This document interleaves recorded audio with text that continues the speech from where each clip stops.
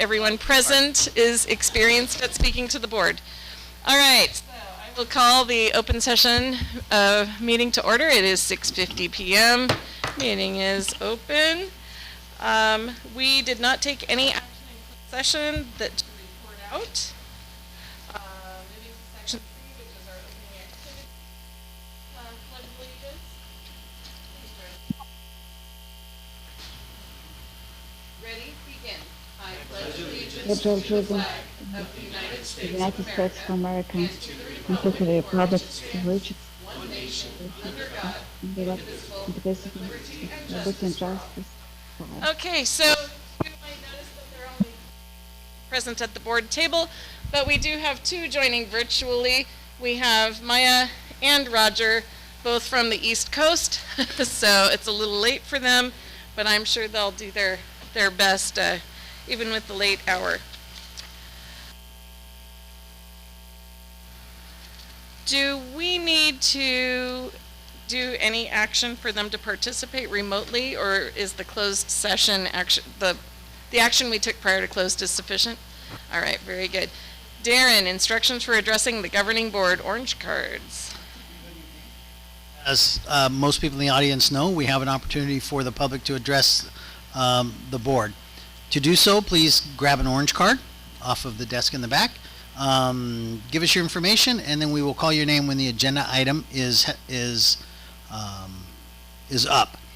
If you do not have a specific agenda item you'd like to be heard on under the area of public comment, you're also welcome to speak. We'll ask that you limit your comments to 3 minutes per item, or if there were more people show up, it would be 15 minutes per topic. Let's see. We do allow for public comments to be submitted online at the link listed at the top of the agenda. Those are printed and given to the board members, but they will not be read aloud. Does that work? That works, thank you. All right, we are now on item 5. That's approval of the agenda. I'll move approval. Thank you. Second? I'll second. All in favor? Aye. Aye? Aye. Aye. That carries unanimously. Approval of the consent calendar. I'll move approval. Thank you. I'll second. Thank you. All in favor? Aye. Aye. Aye. That carries unanimously. I do not see anyone here in section D from CSEA or RTA. They're not stopping me, so we will move on to section E, public comment. Is there anyone who has submitted a card for a non-agenda item? I have two. Okay. The first speaker is Dave Pat. You'll have 3 minutes, sir, and I'll be your timekeeper.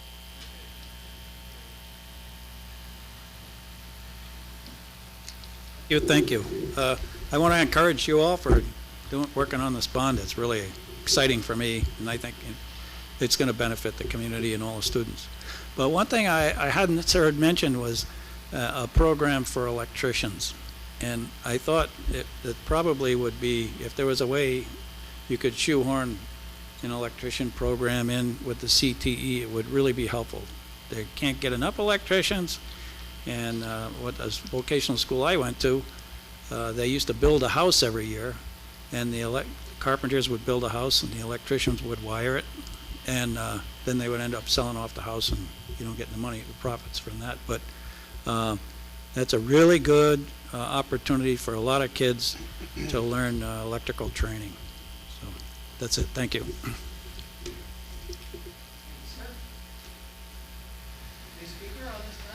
On this item is Kim New.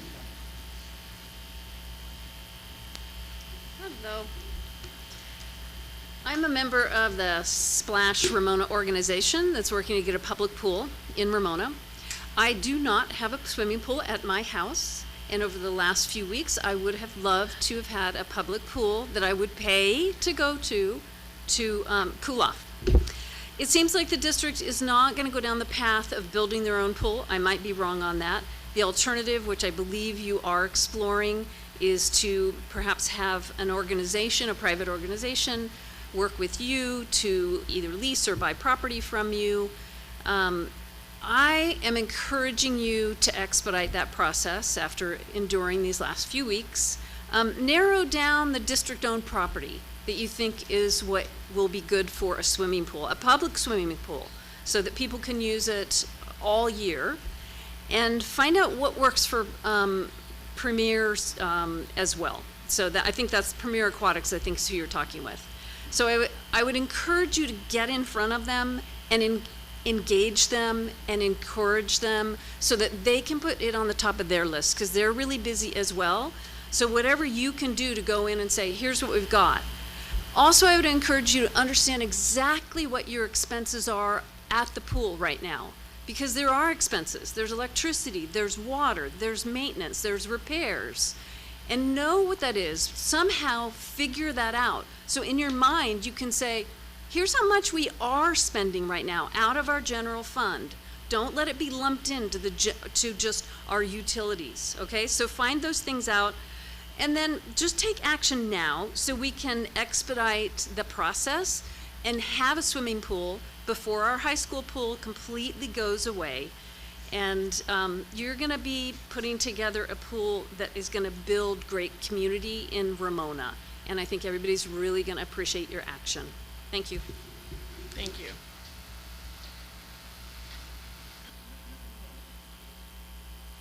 Okay. Is that it on cards? It is. Okay.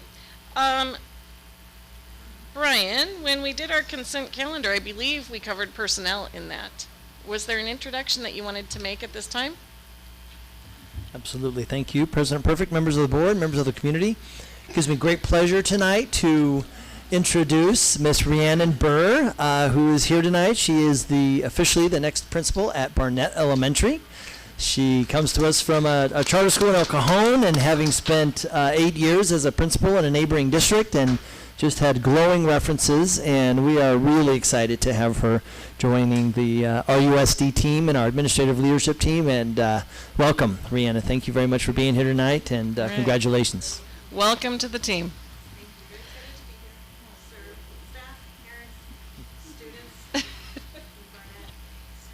Wonderful. Welcome. Thank you, Brian. All right, we are now on section F, and that is education services. It looks like our first 3 items there were on consent, but item 4 is a report of information on the local indicators of the California dashboard. Members of the board, in an effort to provide information about how RUSD is meeting the needs of students across multiple measures, tonight I will provide the presentation on the local indicators that are reported on the California dashboard. All of the items outlined in the presentation are requirements of the dashboard and are reported to the governing board annually as an information item prior to the LCAP being presented for approval. I am presenting on behalf of Education Services tonight. Because this is your area of expertise. Well, the next part actually that I didn't read said, notes for the presentation have been provided to Tony. I'm going to do what I can. I don't doubt that you absolutely know your stuff. You're just not who we're used to hearing from for this. So these are the LCAP goals, the RUSD LCAP goals, along with the state priorities and our district priorities. And we're just showing how they line up with each other. And as you can see, there's groupings as well as far as the areas of focus. What are local indicators? These are a system based upon multiple measures that assess our school district's efforts to meet the needs of our students. These are reported, this particular ones that are going to report on tonight, 1, 2, 3, 6, and 7 are ones that are measured that the state does not collect that information via CASP. We do it through our other multiple measures, but we do report it out on the California dashboard. So number 1 is the basic conditions. This one speaks to the credentials of our staff. We did have 93% of our teachers fully credentialed, appropriately assigned. Of the 14 missing assignments, indicates what they were. It's a little bit of a challenge, as you know, with hiring sometimes, and we've had more, we've done more interns hiring as well as some out-of-state hires, and sometimes they don't have all the requirements that California expects of them, so they start out not fully credentialed, but then they get there eventually. In this slide, We had 98.6 fully credentialed last year, so down to 94% for this year of all schools. And I also have to call out the Title I schools as well. With respect to standards and line instructional materials, we do have those for every single one of our students, and so we do meet that indicator. We do, regarding facilities, you're familiar with the FIT, facilities inspection tool that they go around and there's certain criteria that they go around and look at. 8 of our 9 facilities met the ranking of fair. 1 was rated as poor, that was OPMS, and we're continuing with the funds and resources that we have to address those maintenance needs throughout the district. Priority 2 is the implementation of state academic standards. This is to monitor the implementation of academic, content, and performance standards for all students with respect to assessment, curriculum, equity, instruction, and professional learning. With respect to this, there's a rating scale that you'll see throughout this presentation. Just to give you kind of the context for that. The lowest is referred to as exploration and research phase. That's like level 1. Then it goes up to beginning development, initial implementation, full implementation, and then full implementation and sustainability. So full implementation and sustainability is the target. Full implementation means we've made a lot of progress towards that. You can see we have 3 out of the 5 there that we are full implementation and sustainability. The beginning development for history is due to the beginning stages of the piloting and the curriculum, the adoptions that will be moving forward in the secondary level. So that will definitely increase in the next year. With respect to these areas, again, same thing with history being in beginning. All the other areas with respect to standards and ensuring that the frameworks are available and taught in those subjects, we're hitting all of those metrics. On the next slide, this support staff and identifying areas that they can improve in instruction. In other words, the professional learning that we're providing to our staff. We're full implementation and sustainability in each of these areas. Ramona has done a really great job of providing staff development and professional learning for our teaching staff. The next one, other adopted standards with respect to that. Again, we're working our way towards there. The only one that's not at full implementation is sustainability, and that's to the health education. As you know, we're in the piloting process there as well in the middle school. The success of teachers in the following areas of, again, professional learning and how we're supporting them. You can see that we have the highest rating in each of those 3 areas for priority 2. For priority 3, it's in respect to parental involvement and family engagement. This is culture, climate, equity, family, and community, decision-making involving families in schools. With respect to the LCAP survey, we had 3,682 responses. Just for reference, that is a couple hundred, more or less. It was 3,816 responses last year.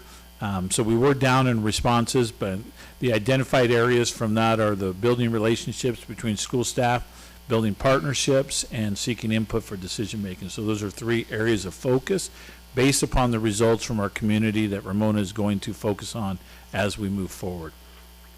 With respect to building relationships between school staff and families, again, lots of progress in these areas, as it really has been a strength for some time now. And we're still working the 3rd bullet there regarding the family strengths, cultures, languages. We're still trying to make progress on engaging specifically and focusing on our English learner families and how to fully get them to engage with our school staff.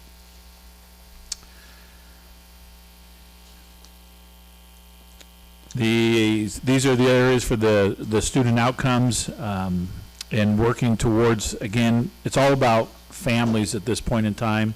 I think even, Mrs. Perfect, I think you had mentioned before about even asking what are we doing specifically to, taking a more proactive approach. I recall that being a conversation that the board had.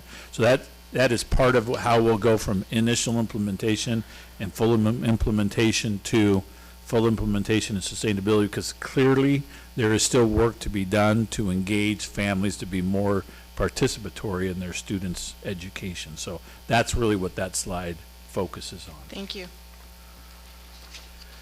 Seeking input for decision-making, we have good participation across our district, but again, we could improve in those areas, specifically in the third bullet down, the underrepresented groups. Those are our English learners, students with disabilities, our homeless. And I believe you may recall Mrs. Wilson talking about pressing forward that in our committees, we're going to ensure that there are representatives of those underrepresented groups. Sometimes you may get parent participation, but they're not reflective of the makeup of the school. And so that's why we're an initial, we need to kick it up, and so that will be part of the priority that Ramona Unified does pressing forward. Priority 6, school climate. These are students and how do they feel about being connected, having relationships, sense of safety. We had a good turnout of students that took those questions or the responses for the survey. Again, some of the questions were, how well does your school make you feel? Do your teachers, do they believe that you can learn? Do they give you feedback?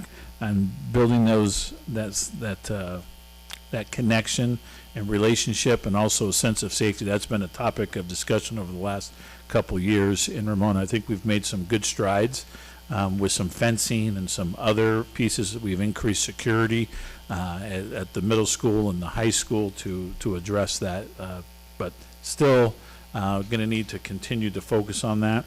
These are the responses.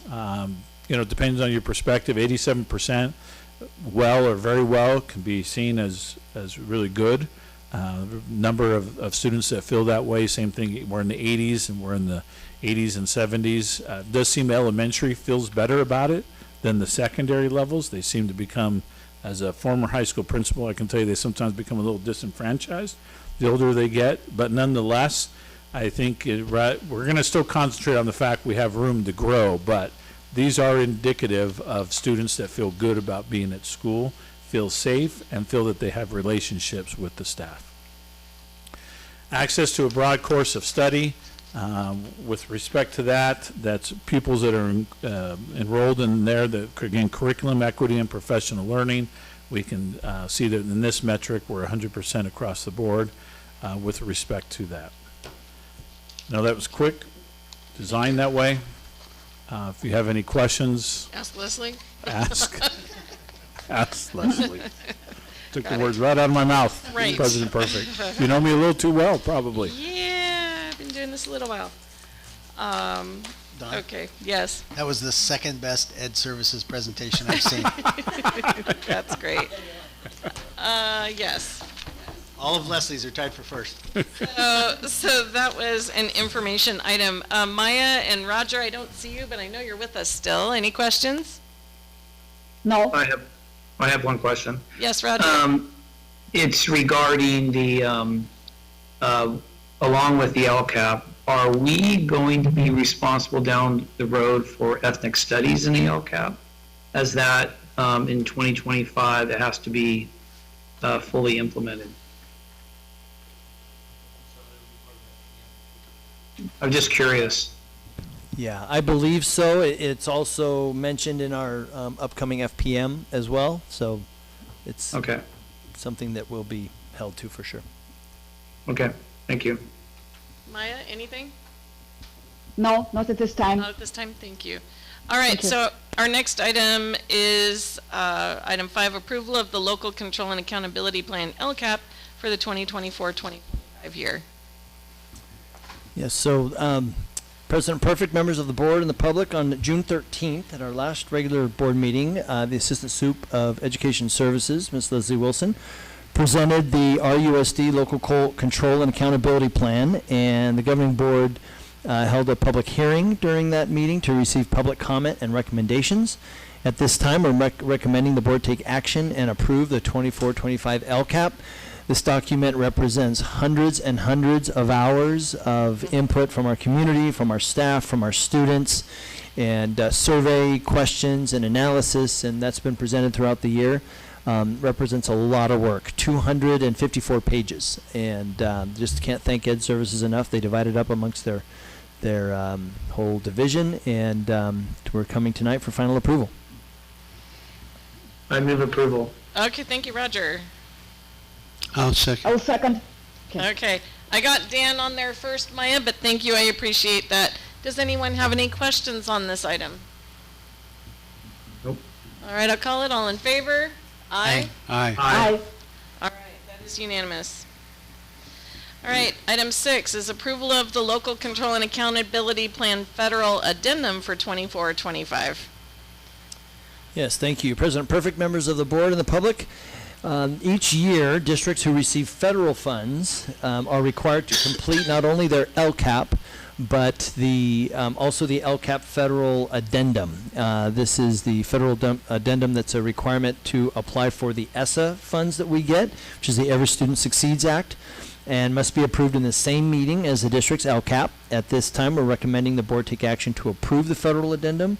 Board members, this has been sent out a few times regarding in our updates from Ms. Wilson, and this also, our LCAP and the federal addendum were reviewed on June 4th by the county office, and they have a conference call with our staff to go over all the different details of that. So our staff, again, has worked really hard to keep this whole LCAP process going and smooth and bringing in input. So our recommendation tonight is for, again, approval of this federal addendum. Thank you, Brian. I don't remember seeing this before.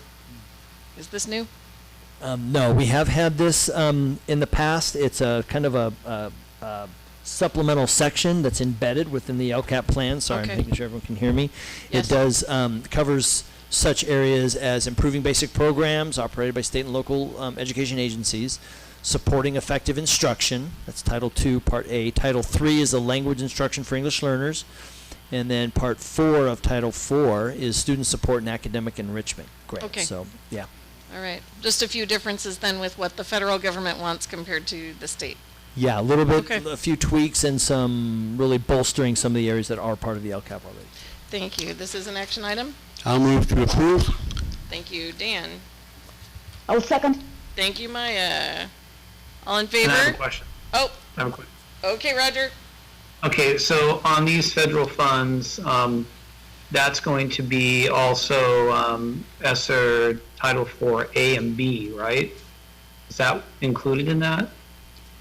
I'm just curious. This is for ESSA, the Every Student Succeeds Act. Right. The Is that ESSER part of funds. The ESSER's a little bit different, but yeah, these have the 4, Title I, 2, 3, and 4. Okay. Can you let us know, you don't have to do this now, because I think this is really a question maybe for Leslie, but if you can let us know how much money we're receiving and using for Title IV A and B. I'd like to know. Title 4A specifically? A and B. A and B. Okay. We'll work on that. Okay. Thanks. Roger, what is it? Oh, that has to do with extracurricular. So I'm assuming that is our 21st Century grant, but I would like to know, how that's being used. I'm just very curious. Okay. Thank you, Yep, Roger. we'll work on that for sure. All right. Any other questions? I'll call it. All in favor? Aye. Aye. That motion carries unanimously. All right, we've already taken action on consent with Section G. We're now on Section H, Administrative Services, and the next action item is H4, approval of the Ramona Unified School District budget for the 24-25 school year. Good evening, board members. I presented you with information about the general fund budget for 24-25 at the last board meeting on June 13th. The required public hearing was also held that evening. Tonight, we are recommending that the board approve and adopt the budget for 24-25 as presented at the last board meeting.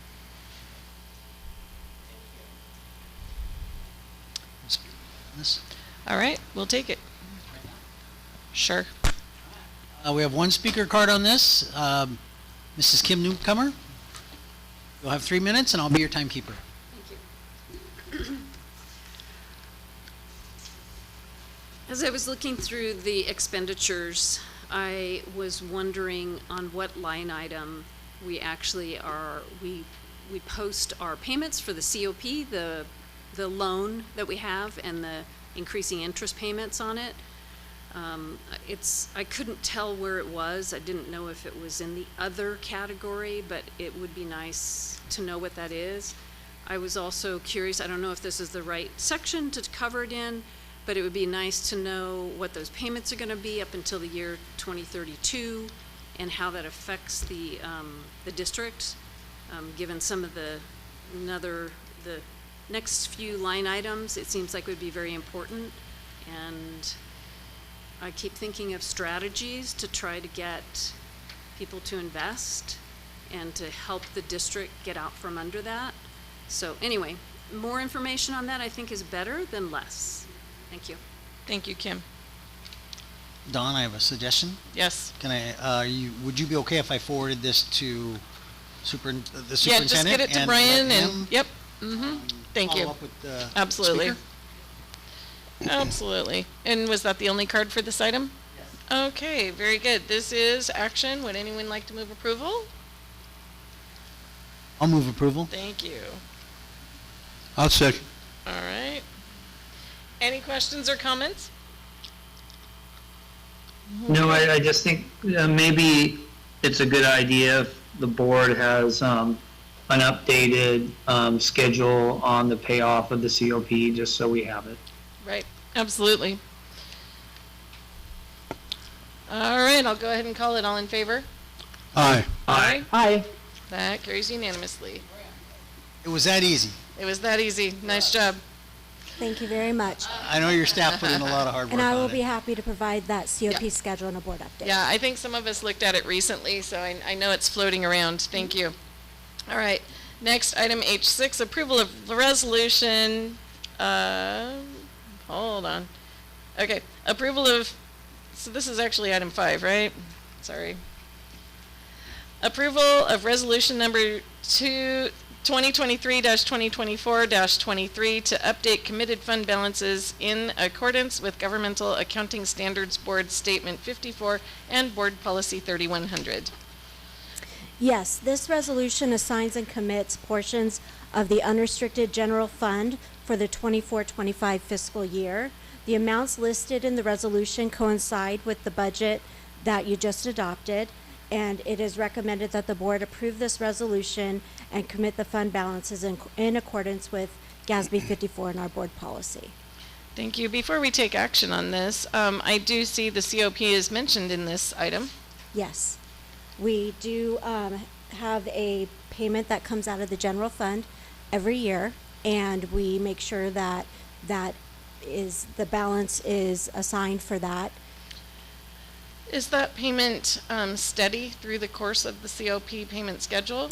Yes, it may change a little bit due to interest, but it is pretty much a fixed amount every year that we pay. Can you ballpark it for me?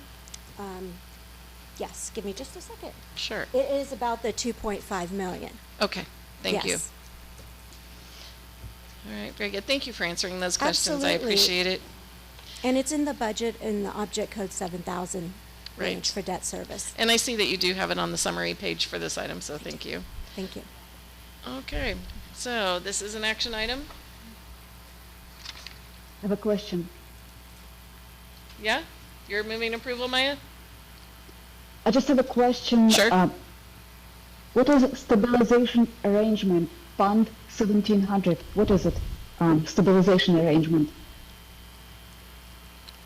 So Fund 17 is a special fund that is established for a special reserve to allow for times of fiscal distress, and when there is a need for additional funds to help with covering, structural deficits and anything of that type of a nature. Okay. Thank you. I'm still looking for a motion. I have another question. Okay. I'll second it. Dan has a question. What's Oh, the I didn't difference- hear. I thought he I know. said, I was hoping. It's all right. Keep open. it's okay. Go for it, Dan. What's the difference between this fund, 1,700, and the 5% reserve that we keep for, This Fund 17 is actually in addition to that. So what we do in the general fund is we have to reserve our standardized 3% that the state recognizes as, and then an additional 2% that is part of our board policy. So this is a fund that was established. I don't know when exactly the district established it, but funds were put into that account for the stabilization agreement. so we have two rainy day funds? Kind I would say we have perhaps one, and that would be Fund 17, because we are just carving out a portion of our unrestricted general fund to meet this 5% requirement. And okay. it's really between, the 3% and the 5%, you're looking at about $4 million. It might cover a month's worth of payroll. It's really not that much. Okay, of so a they're rainy day. related. Yes, they Thank are you. related. Thank The state says that we are required to set aside 3%. In Ramona, our policy is 5%. Yeah. Okay. Okay, thank you. Still looking for a motion. Thank you, Darren. I'll second. Thank you, Dan. Any other questions? Nope. Okay, all in favor? Aye. Aye. Aye. That carries unanimously. All right, item H6, approval of resolution number 2023-2024-25 to identify the amount of budget reductions needed in the 2025-26 and 2026-27 years, and to require that a list of budget reductions for 2025-2026 be included in the 2024-25 first interim report. Okay, and Peter Piper picked. I know, a lot of, Thank you. I know that was a Thanks for mouthful. that. Tori, can you speak into your microphone a little bit better just so we make sure Absolutely. everyone can hear? Thank Is you. that better? Yes. Okay, sorry about that. Thank you. Okay, so what are we doing here? So, as per the presentation of the 2024-25 budget, the district is finding it necessary to institute budget reductions for the 25-26 and 26-27 fiscal years in order to address the structural deficits that the district is expecting to face in those years. The amounts listed in the resolution match what was presented in our multi-year projection, and it is recommended that the board approve this resolution, knowing that more information regarding budget reductions will be presented at future board meetings. The first being in September, when we will discuss the unaudited actuals report for 23-24, and again in December, when the first interim report for 24-25 will be presented. Along with the first interim report, the district will be required to identify budget reductions as well as an implementation plan at that time. Thank you. Thank you. All right, questions? Nothing from Roger or Maya? No. No? Well, we're just declaring that we're going to do budget reductions. Right. I'll have more questions when we actually do that. Absolutely, when we get into it in detail, right? Yeah. This Yeah. is just recognition that we will need to adjust our budget. Yeah. Exactly. Okay, Yes. thank you. Any other questions about this? Would Nope. anyone like to make a motion? I move approval? Thank you, I'll Maya. second it. Thank you, Roger. All in favor? Aye. Aye. Aye. That carries unanimously. All right, item H7 is approval to award bid number FNS 2024-01, frozen foods and groceries and contracts for fresh baked bread products and name brand pizza. Thank you.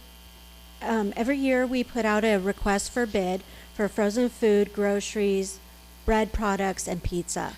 Tonight we are recommending that you approve the awarding of bids to Gold Star and Cisco for frozen food and groceries, Golosso's Bakery for fresh bread products, and Domino's Pizza for hot pizza. Thank you, and I know the board was given a supplement tonight, a supplement to our agenda. Yes. What's that about? That was meant to be in the packet, and it just unfortunately didn't make it Okay, into the thank you. packet. Did that get posted online? Yes, it did. Okay, great. Thanks very much. All right, this is an action item. Move approval. All right. second. On that one, Roger, you and Darren were simultaneous, so I'll give Roger the first and Darren the second, if that's acceptable. That works. And Maya, thank you. Any questions about this? All in favor? Aye. Aye. Aye. That carries unanimously.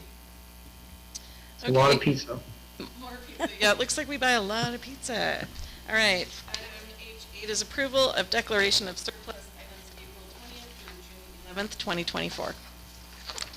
Thank you, board members. Before you is a list of district-owned items that are no longer of use or are no longer serviceable. The district recommends approval of this list so that these items can be sold or properly disposed of based on their condition. Thank you.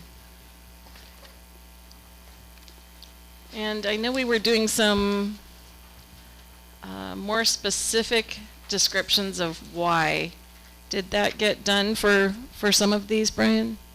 Okay, great. Yes, that was provided in the last board update. Excellent. Thank you. So I have a question about it, Yes, but Roger. To get it going, I move approval. Thank you. Do we have a second? I'll second. Thank you, So- Darren. So Roger, my you're- question just has to do with Chromebooks. Are we going to continue to use Chromebooks, or are we learning that Chromebooks just don't have a very long life? I believe it is our plan to still use Chromebooks for now. There hasn't been, as far as I know, a decision to change that process. And I know that some of these Chromebooks, specifically model 3180, I believe they were put into service back in 2018 or 2019. So their useful life is about at that time, and they're just not being supported. Okay. Roger, I'm sure we can have some continuing conversation about what we want to do moving forward. Well, I think maybe it would be nice, we haven't had it happen in a long time, if Keith came in and helped us understand the technology plan as we go forward. I know we cycle them out every 4 years. That's part of the plan that was initially initiated with these Chromebooks. Well, 4 thank years you. is a good That's amount of pretty time good. for a 10-year-old. You know, they probably pretty get good. they probably get beat up a little bit, and a 14-year-old. Yeah. the Roger, thank other you for bringing that up. Yes. I was just going to add to that I know that a lot, we have new people on the board that have not heard really about E-rate and what that's for, and he could talk about that too. That would be really helpful, so all that together. That would be a great report to the board, either in person at a meeting or in our bulletin. Yeah, thank you. Any other questions or comments about this? We do have a first and a second. I'll go ahead and call it. All in favor? Aye. Aye. All right, that carries unanimously. All right, item H9, my favorite, approval of acceptance of gifts. We have some lovely gifts this time. Thank you. Yes, we do. This evening, the district is recommending that the board approve 5 generous donations that were provided to the district for a variety of purposes. Thank you. I see that Ramona Community Campus did some great end of school year things, as did Ramona High School, and the American Heart Association to help us with the purchase of an AED. That is fantastic. It's Yeah. outstanding. That takes a lot of fundraising for some of our community groups when we want those, so that is just great. Thank you. This is an action item. I move approval. Thank you, Roger. Second. Thank you, Maya. Any I other have a questions? question. I'm sorry, I can't see you and look at the agenda at the same time. That's okay, we see you. So that's why I'm like, okay, so I would just a request from Tori. When we have items that are gifts that don't have a dollar amount, if you can put down the suggested value of that gift, so we kind of understand. Because like snacks, I don't really know what that means. I will make It'll sure be that helpful. that happens in the future. It'd be just helpful for us to be able to honor the PTA with what they've done, all the parents donating that. Of course, thank you. Thank you. First and a second, all in favor? Aye. Aye. Aye. That carries unanimously. All right, we're now on section I, district operations. Nearing the end here. Item I1, approval of resolution number 2023-2024-24, calling for an election authorizing the issuance of general obligation bonds.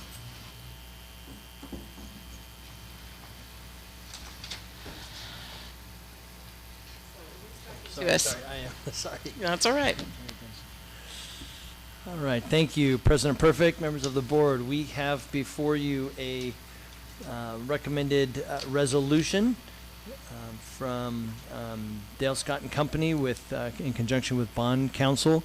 This approval of this resolution would place a general obligation bond measure on the November 5th, 2024 ballot, which, if approved by voters, would authorize the issuance of general obligation bonds for financing the construction, modernization, reconstruction, rehabilitation, replacement, equipping, furnishing, and improvement of school facilities for the district.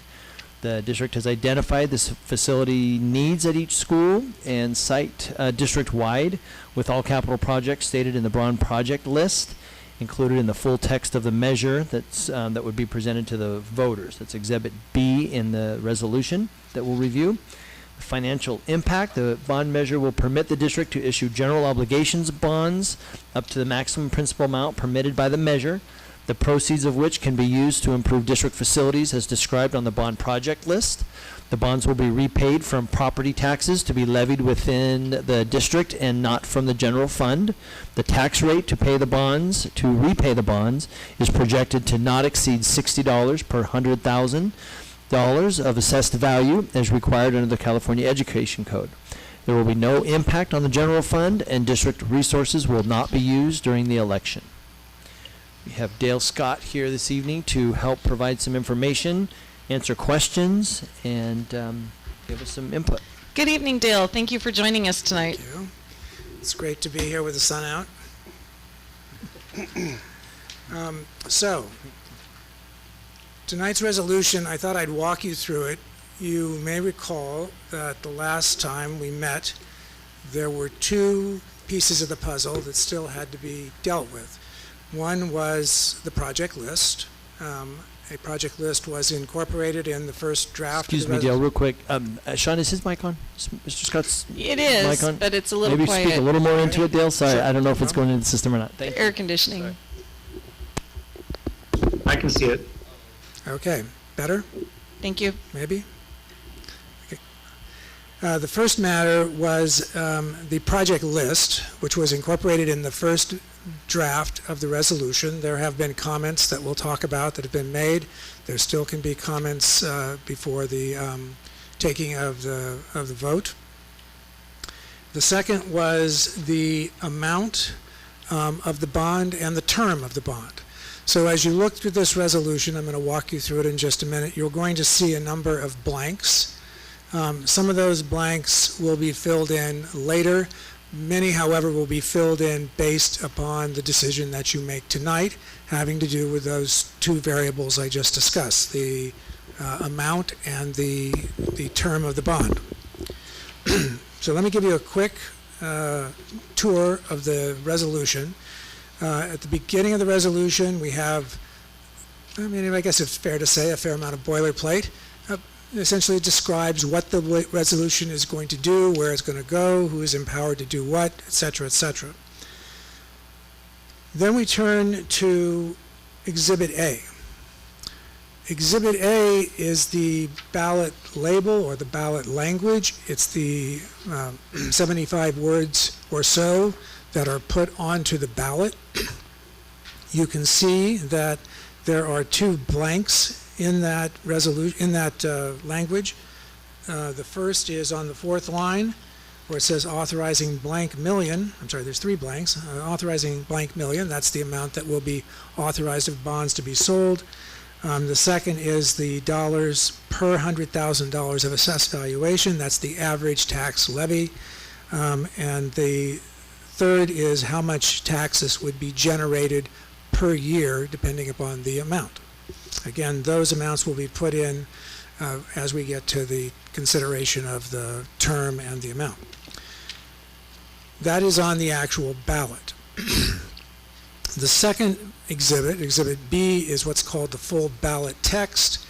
This is published in the sample ballot, and it delineates, again, you can see there are some blanks, but by and large it delineates the projects that are authorized, these funds would be authorized to be used for. To be clear, that doesn't mean that every project that is on that project list will be addressed. However, you want to have enough breadth that over the course of however many years that you spend these funds, you have enough projects as times change and needs change, that you have a reasonable ability to spend those funds on a variety of projects. However, again, if you see pieces of that, of those bullets that start on page B3 that you object to, that you don't think those are appropriate expenditures of the bond, then when making the motion to approve the resolution, assuming there is a motion to approve the resolution, it would be appropriate to then carve that piece out at that time. And then third, there is a document that is known as the tax rate statement. That is on the last page. This again is put into the sample ballot. This is all required under state law. You can see a lot of blanks, but we're talking here now about you can see at the paragraph 1 at the bottom, is blank is dollars per blank, $100,000 of assessed valuation, the final fiscal year in which is anticipated to be. We don't know until we have this sorted out. The best estimate of the highest tax rate and the best estimate of the total debt service. There was one request that was made in the first draft of the resolution to remove all references to the acquisition of real property. And I believe that they were, except for one note on page B5 of the Exhibit B, under Section 4, under no operating expenses, the fourth line down, of said facilities, comma, or the acquisition or lease of real property for said school facilities. I believe that's the one piece that was missing. So if you want to eliminate all ability to do that, it would be appropriate to take that piece out as well. Excuse me. I'm going to now turn, let me stop and see if there are any questions regarding the resolution. Then I'm going to turn to the amounts and the term. I have a question. Yes, Dan. We have an existing loan on the district. I think it was $25 million. Initially, it started in about 2004, and there's still a principal balance due on that loan. It's kind of a yes/no question. Will any of the proceeds from this bond be used to retire any of that debt? No. No. Thank you. Anything else? Nope. Okay. No? Maya, anything from you right now? Not questions. No questions. No questions right now? Roger? Just a statement that regarding the tax rate, I know that comes to follow, and regarding the path that we're going to take with this bond, like how much you pay per 100,000. Are we going to talk about those things before we move forward, or does that come at a later date? We will be talking about those things. I'm sorry? Yes, we will be talking about those things tonight. Okay. All right. All right. Well, we're going to talk about them right now.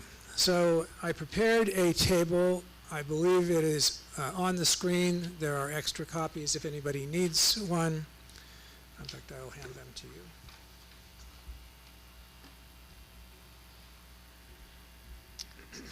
Is there one for our audience? Do you guys have this? Okay, great.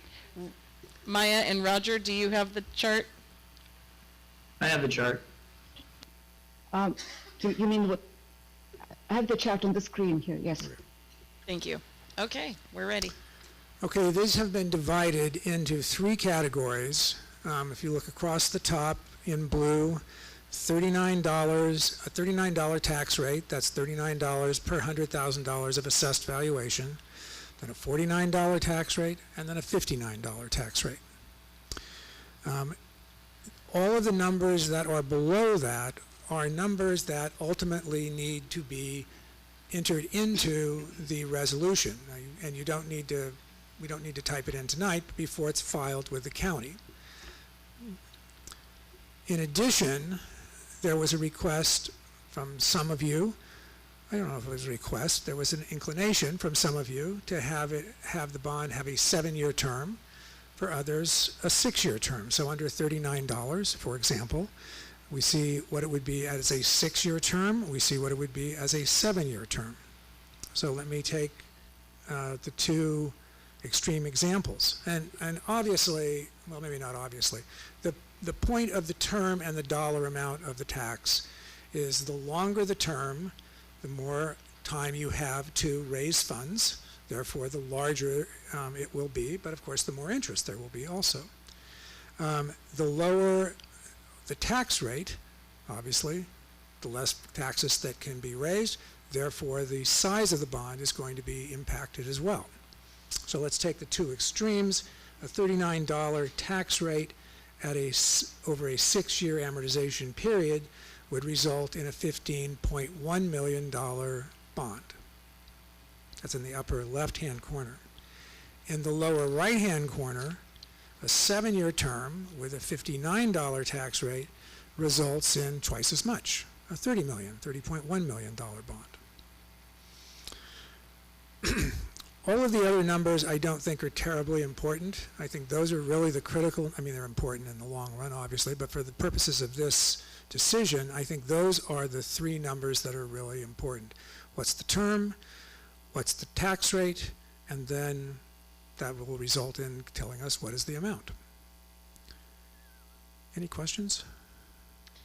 When we're looking at those numbers where it says bond amount, and then down at the bottom, the total debt service, how do we reconcile those to the difference between? The difference between the total debt service and the bond amount is the amount of interest to be paid. So where does that come from? Where do we obtain the funds to pay that interest? Is it that Taxpayers. Yep, so we don't. So, for example, in a 6-year plan at $59 per 100,000 of assessed value, the bond amount is $22.8 million, but the total debt service $25.3 million. So we're not raising enough to cover that. No, we have money. Let's think about the direction of the money. Okay, and this was discussed a little bit at the last meeting as well, so I think it's especially appropriate. There's a difference between the money coming in and the money going out. So once you put this on the ballot, and assuming that the voters approve it, then you as a board, you as a district, have the authority. Let's take what number did you use? The 18.9? Is that right? I used the 22.8. Okay, let's use the $22.2 million. The voters have given you, as a district, the authority to issue $22.2 million of debt. Okay? Now, there's no cost associated with that. That is simply your authority. If you don't do anything, if you don't issue it, then there's no tax. I like to describe it a little bit like a line of credit. You have this line of credit. If you don't use it, it doesn't cost you anything, and it sits there. There is, by the way, no shelf life to these bonds. Once you get to the authority, we've had districts, for a variety of reasons, not able to issue the bonds. They still have the authority, and they may spend 2, 3, 4 years before they actually issue it. Now, the power of those bonds, the buying power is going down, of course, but the dollar amount stays the same. So the voters approve the $22.2 million. You issue the $22 million. When I say issue, that means you sell those bonds to an underwriter. The underwriter turns around and sells them to investors. At the end of the financing, which takes a month or two to put together, then you would receive you as a district would receive $22.2 million, which then your finance department could draw down from the county in order to spend on various projects. But now those bonds have been sold.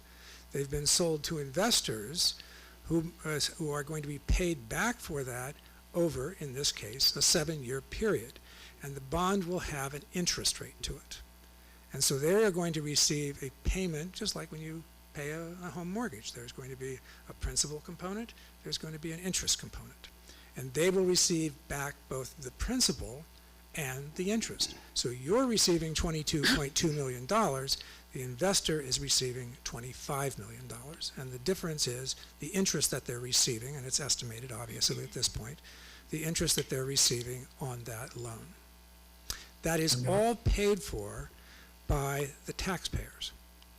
The levy then comes in and is paid every year when they're paying off the principal and the interest, they being the county. They are levying an amount, which is the tax rate, that is going to be sufficient to pay the $25 million annual installment. And that would happen in this case over a 7-year period.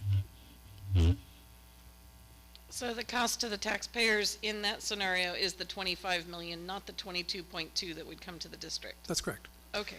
That's correct. And I will say that that's it's just the power of compounding. If you were to have a 25-year or a 30-year, that $22 million would be $44 million or $34 million. But because you are, in these cases, paying it off so quickly, the amount of the interest is, in the scheme of how bonds are usually put together, really very, very, very small. Okay. Dan, did you have any questions? No, I Not at this understand. time? Okay. Anybody else have any questions at this time?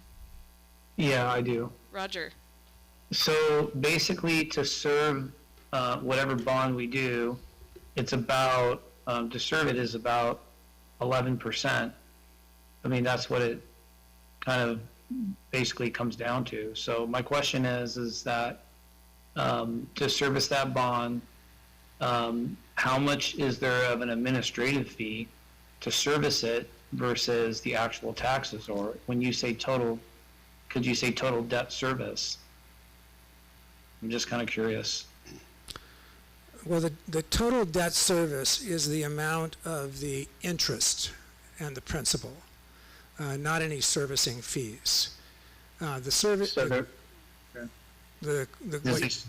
there'll be fees on top of that to service it? no, there would not be. Okay. The fees that are paid at the point when the bonds are issued, and those would be fees that we've already discussed: underwriting fees, legal fees, advisory fees, rating fees, and they're not insubstantial. And those typically come out of your pot, not the taxpayer's pot.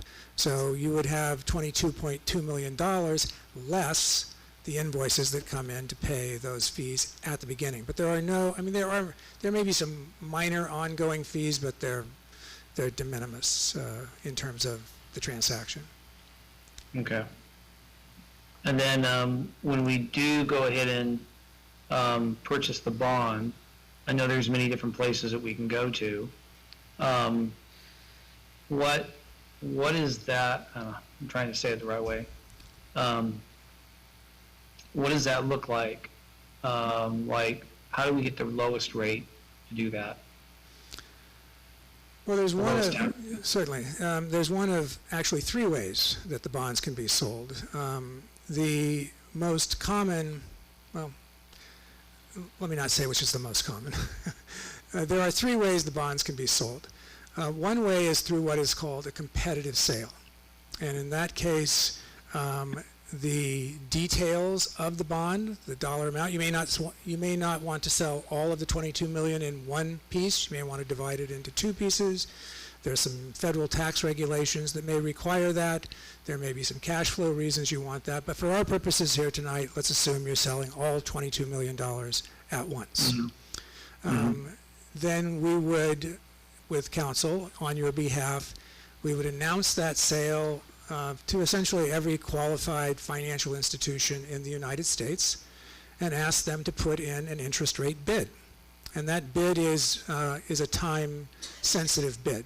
So on March 12th at 9 o'clock in the morning, bids will be received. And whoever comes in with the lowest cost of interest on that moment wins the bonds. And you don't care if that's Bank of America or Bank of Muskogee. I mean, you really don't care who buys those bonds. That is the competitive piece. There's a second method that is called negotiated, and that's when we bring in an underwriter up front. We usually select them through some type of RFP process and work with that underwriter to craft a sale which is a little more complicated than just the competitive bid. In the competitive bid, they're not taking any real time to look at the credit, to look at the structure, to look at this or that. They're just like, boom, this is the price, or did we win or did we lose?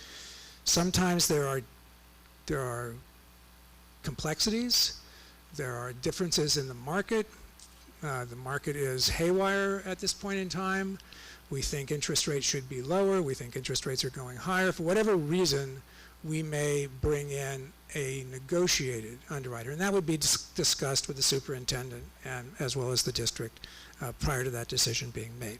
There's no right or wrong way to do it, although you wouldn't know it by looking at the numbers.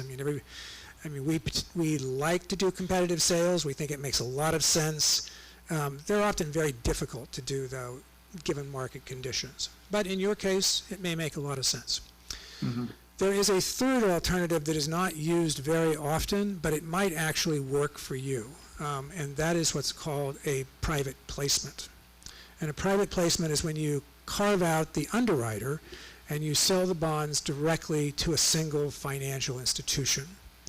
The reason it's not used very often is their interest rates are often significantly higher. However, you're getting rid of a great deal of legal cost and a great deal of consulting fees to put that together, and you just measure the two, one behind, which is going to be cheaper for the district. Is it going to be net of fees and net of interest costs? Is it going to be better to place it competitively? Is it going to, place it privately, or is it better to bring it into a public market? I say it's a possibility here because of the short term of the bonds. They make sense often. The size is a little bigger than is usual, but it's something that we'll need to explore. So that was a very long-winded answer. The short answer is there are a number of options, and assuming success, we would consult with the district as to what we think is the best, and then give you the numbers and let you decide. Okay. So just one more question. When we say it's a 6-year or a 7-year, we're saying that if somebody purchases, a dollar amount for this bond so that they can make an investment, then that means if we choose 6 years, that it will mature and then they can cash that bond, correct? Close. What in fact happens, it's best to think of it again, and I hate to continue to use the analogy to a home loan, but that's actually the best way of thinking about it. There is a certain amount of principal that is repaid every year, if you use that 6-year example. So a small amount of principal is being paid the first year, a larger amount the second year, a larger amount the third year, and we have the ability to shift and move that principal around to make the tax rates work to your advantage. So you're paying a little bit of the principal off every time, and then at the end of the 7 years in this example, that would be the last payment. Each of those, just to make it more complicated, each of those maturities, so the first, the second, the third, the fourth, the fifth, each of those maturities actually has its own interest rate because they're being sold to different investors, and depending on the term, the investors may be willing to take a lower interest rate for a shorter term bond. Not always, but often. So it gets a little bit technical, but the whole point is to try to get the lowest cost to the taxpayer in the end. Okay. Okay. Maya, any questions at this time? Well, we will still have discussion later, right?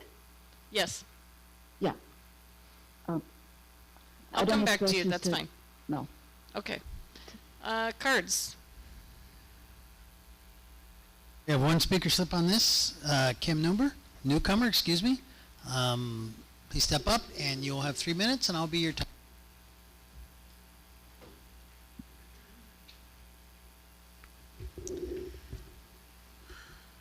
The amount and the duration, I have no problem with.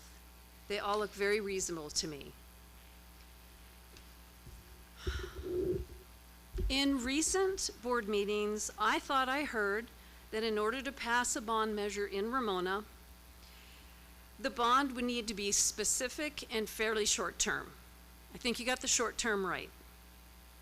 Trust would need to be developed between the board and the public. The public would need to know exactly what they were getting, when they were getting it, and how much it would cost them. The project list in Exhibit B, the full ballot text, is anything but specific. I have no idea what the board is going to spend the bond money on. The text is so generic. You could buy, and I was very glad to see that the buying and leasing of property was off of there because I lost it when I saw that. Me too. Oh, sorry. Repair. Not supposed to engage. Sorry. Repair leaking roofs. You could do all of this. You could renovate early childhood education classrooms. You could construct athletic fields. You could construct a new school administration building. You could repair deteriorating parking lots. Install electric vehicle charging stations. There is nothing specific about the language in this bond measure. If you want to pass a bond in Ramona, it's my opinion that you need to write a measure that is specific. This measure is not. The bond measures have failed in Ramona in 1974, 1997, 2002, 2012, and 2014. You need the community of Ramona to invest in this school, and there are many shining stars within the district. There are many inspiring reasons to pass a bond measure. Here are a couple examples. I just made these up. I have no idea if they're any good. The numbers, it doesn't matter. I'm just telling you what I expected. When I see this and I want to vote for it, $16 million is needed to construct and modernize the Montecito High School Career Technical Education Facility. You can imagine all kinds of details associated with that. $10 million is needed in locally sourced matching funds to acquire $20 million in matching California state funds to be used to repair and modernize classrooms and buildings at Ramona Elementary. That's just a couple examples. That's what I was expecting. Please do not put forth this measure as written. It will fail. Please give us something specific that we can support.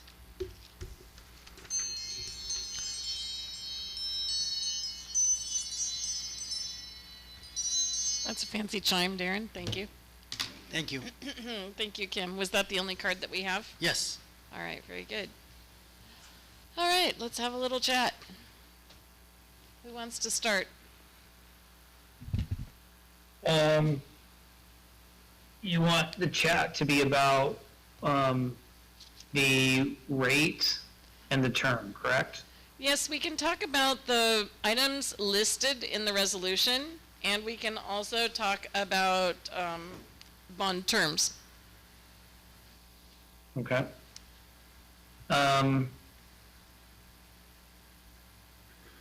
I think that, when I look at the resolution, and we talked about this before, how, it's literally listing everything under the sun, okay? And we were explained that we need to have it that way so we can make all the repairs and everything that we want to do on all facilities that actually need them. So in that case, that makes sense, although that will be confusing to the public. So I do appreciate that when you go down to Exhibit A, what it's going to be in the ballot statement, that it specifically says that we're going to be focusing on the vocational education facilities, and then after that be focusing on repairs. And then down here on Exhibit B, when it talks about the key findings, it talks about all the needs. I think that if, we have it specific how we want it, we just have to communicate that to the public. And so I know that I asked the superintendent to provide us a schedule of how we're going to go about that so that we can provide to the public an actual plan that what the facility would look like and how we're going to go about it so that the public can be aware of it, and then how staff, community, and the board is involved in making that happen so that we can present it in a timely fashion before the ballot comes out so they can vote. So if you have looked at that schedule, I had one, after looking at it, there was one thing that I think is super important that we need, and that is we do need to get some input from industry, specifically on the classrooms that we're going to be building, so that we have industry input on the facilities and what's going to go in them, as well as already having on the schedule that we're going to have input from the staff, which would be super important, specifically the teachers that teach in those specific classrooms. So one other thing is, this is an opportunity. We have an advisory, we do that every year, to look at our advisory, go to our advisors to do that, as well as to do an upgrade on our curriculum, which I highly recommend that we do so. As teachers are looking to the future of their discipline and teaching that, there's going to need to be an upgrade in that, and I think that the upgrade needs to somehow reward students. I don't feel like we need to do something that's going to be like a complete overhaul. This is something that is being done all along the way, but at the same time, we can create some kind of model that will benefit students, so they're not only going to be able to increase their opportunities to get into the workforce and college, but also increase their opportunities to get into their majors. I know we have talked about engineering, to get into an engineering school. It's not just having good grades, it's the classes that you take, and having some kind of certification would help in that area. So I know we already have certifications in automotive, which is great. So to me, I see this as we go forward, it's multiple parts. It's not just facilities, but also enhancement of curriculum and a support to recognize and celebrate students that colleges and workplaces can see. Yes, Roger, I agree. I agree with what you said. We will have some work to do with that. Darren, anything at this time? Nope. Okay. Maya, anything at this time? Well, we've been vacillating about the bond issue, and do we need all those repairs, upgrades, and the remodels done? Absolutely. So I went back and forth and I kept an open mind. I listened to the community. So I spoke to ordinary citizens and the town leadership, asking whether or not they would support a bond. I spoke with them, planning group members, Chamber of Commerce directors, Municipal Water District Board, and General Manager. And since Ramona is predominantly Republican community, I spoke with the past and present chairs of the Republican Party of San Diego County. I even spoke with Bob Studi. And there were some yeses, some no's, some responded with it depends what it's for. And there were more no responses than yes. The Republican Party will oppose all tax increases on the November ballots unless a proposed bond satisfies certain 5 conditions that are provided to the board. Then the Republican Party will take a neutral position. So people are asking all those questions if we exhausted all other options, if we are getting all the available grants that we can get, if considering declining enrollment, did we look at closing Ramona Elementary?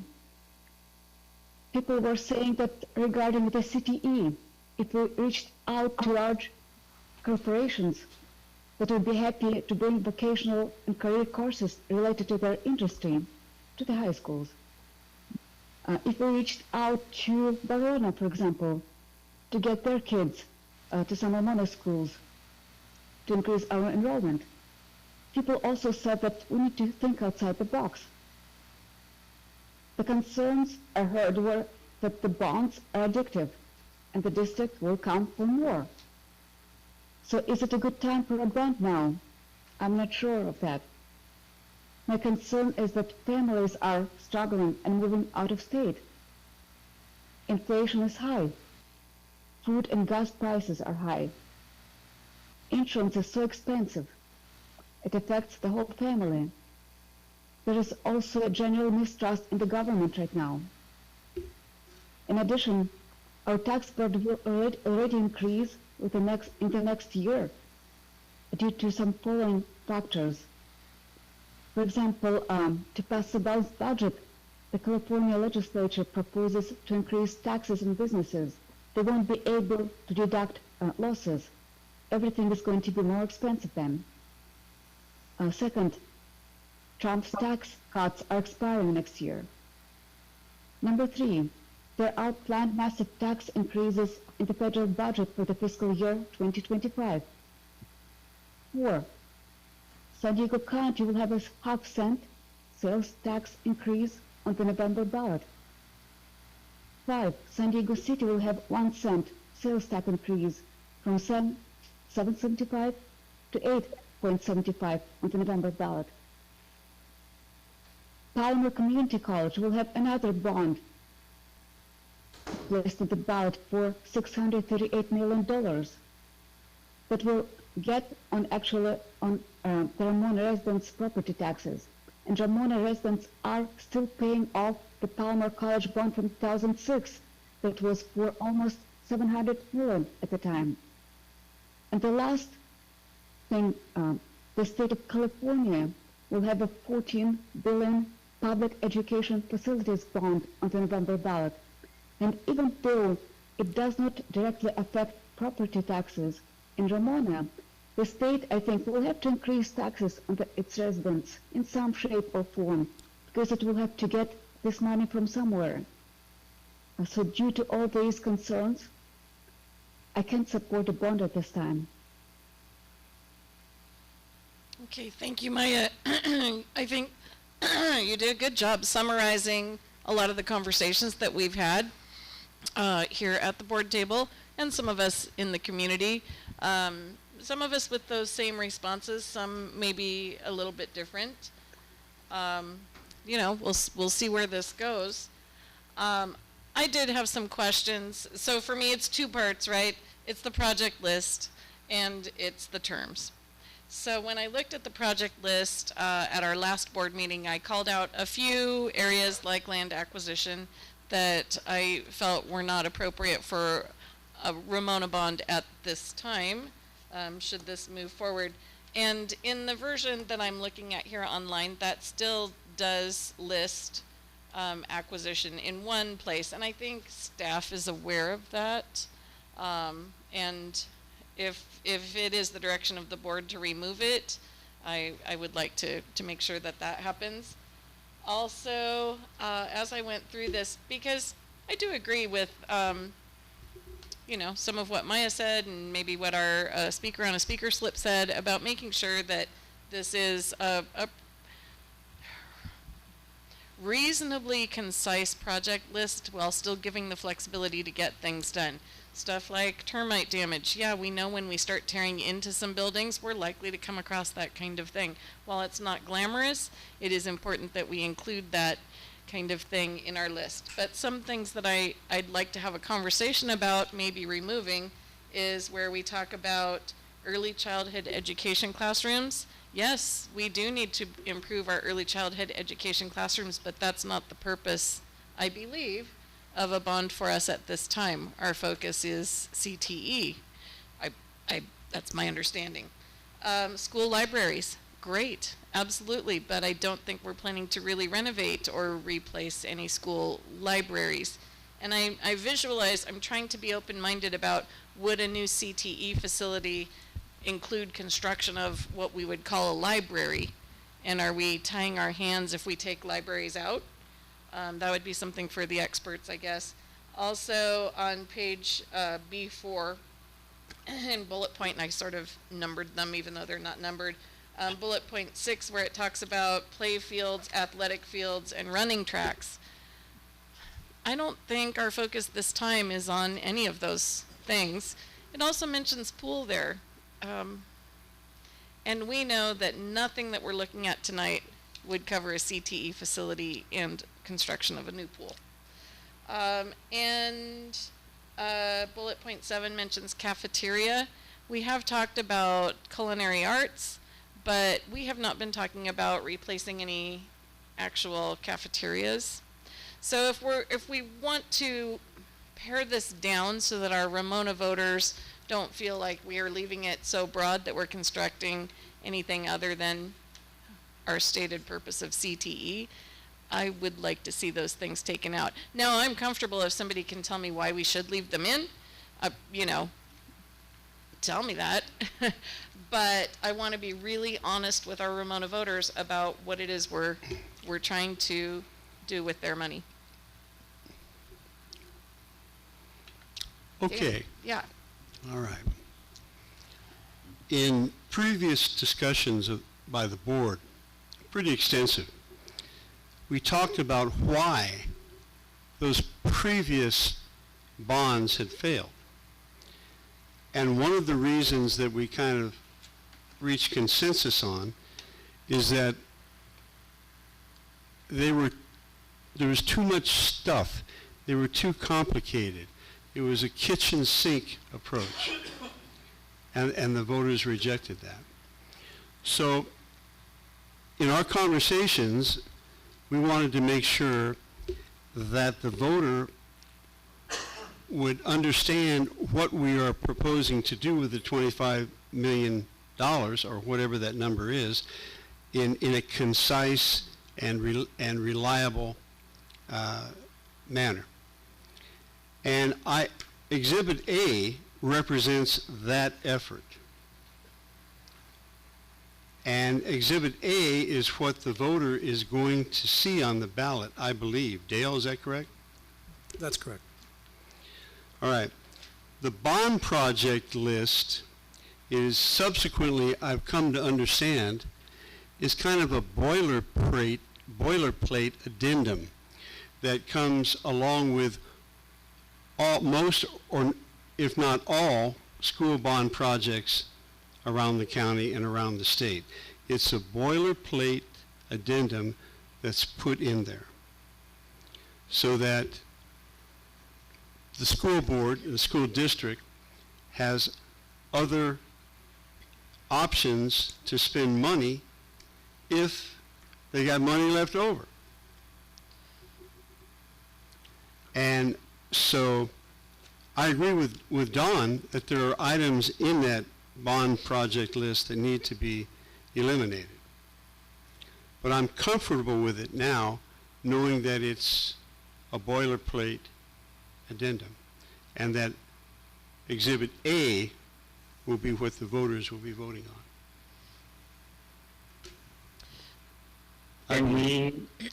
Can we go through section 2, accountability measures, and literally just cross things out that we're not in agreement with?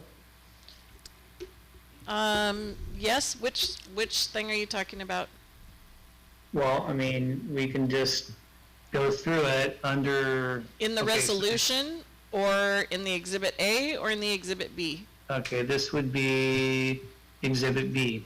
Okay? What's going to be given to the voters. Yes. Okay? So. And just before you do that, Roger, Dan, I agree with you that most voters are only going to read that 75-word Exhibit A that they see right next to the yes or no.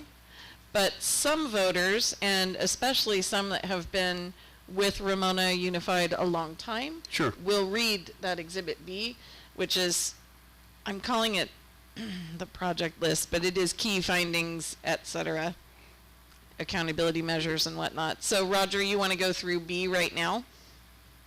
Yeah, so Okay. actually two is fine. It's not 2, it's section 3. Okay, So in section 3, yes. as you go through it, it would be it would be on Page B2, page B3, okay, and it specifically lists, let's see, let me go through it. Project lists, and it says perform each and all district sites at the very end of that paragraph. It says including administrative and ancillary support facilities. I think we just crossed that out. That's not why we're doing this bond. There's no reason to have including administrative and ancillary support facilities. We don't need that. And then going down, and then it has specific projects. It says to include without limitation. So we go down to, keep going. I'm looking at this pretty quick, so I might miss something.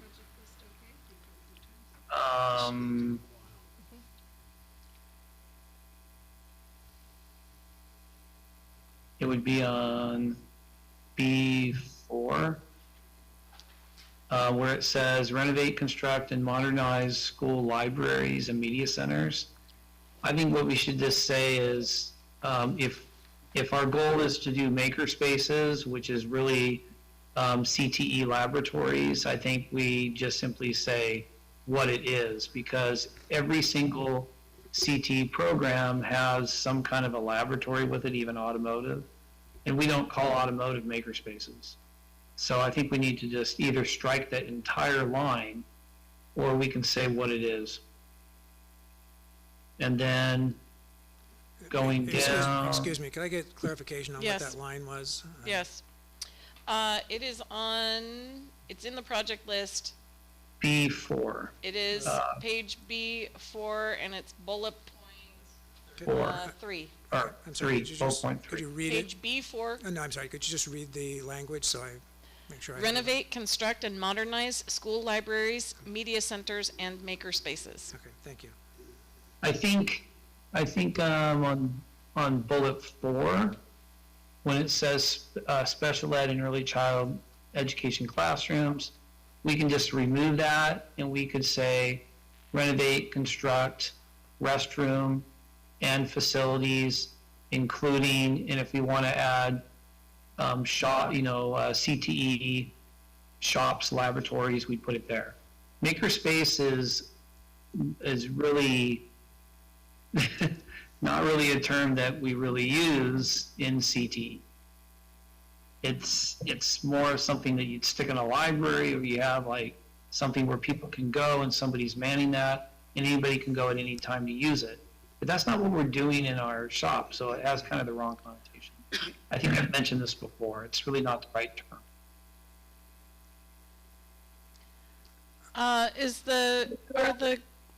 labs in any other bullet point already?